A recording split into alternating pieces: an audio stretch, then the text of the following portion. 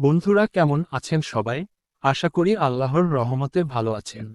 আজ আমি আপনাদের সাথে সুন্দর একটি গল্প শেয়ার করব, যে গল্পটিতে সবার জন্য শিক্ষা রয়েছে। গল্পটির শিরোনাম হল গরিব লোক ও স্বর্গের দরজা। বিসমিল্লাহির রহমানির রহিম। একবার এক গরিব লোক ছিল, যার ঘরে না ছিল খাবার, না ছিল পরনের কাপড়। কিন্তু সে কখনো আল্লাহর উপর ভরসা হারায়নি।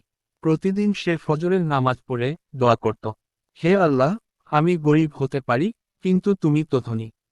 তুমি চাইলে আমাকেও সম্মান দিতে পারো। একদিন এক বড়লোক তার বাড়ির সামনে এসে দাঁড়ালো। সে বলল, ভাই, তোমার চেহারায় এমন প্রশান্তি দেখি, যা ধনীদের মাঝে দেখি না।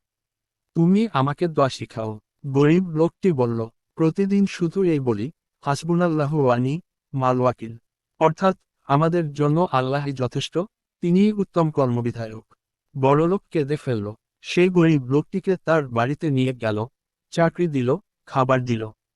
গরিব লোক বলল, আমি কিছু চাইনি, শুধু আল্লাহর উপর ভরসা রেখেছি। গল্পটিতে আমাদের জন্য শিক্ষা হলো, আল্লাহ কখনো তার উপর ভরসা রাখা বান্দাকে নিরাশ করেন না। বন্ধুরা, কেমন লাগলো গল্পটি? এরকম আরও গল্প পেতে হলে আমার চ্যানেলটি সাবস্ক্রাইব করে বেল বাটনটি অন করে দিন, আর সবার সাথে শেয়ার করে দিন।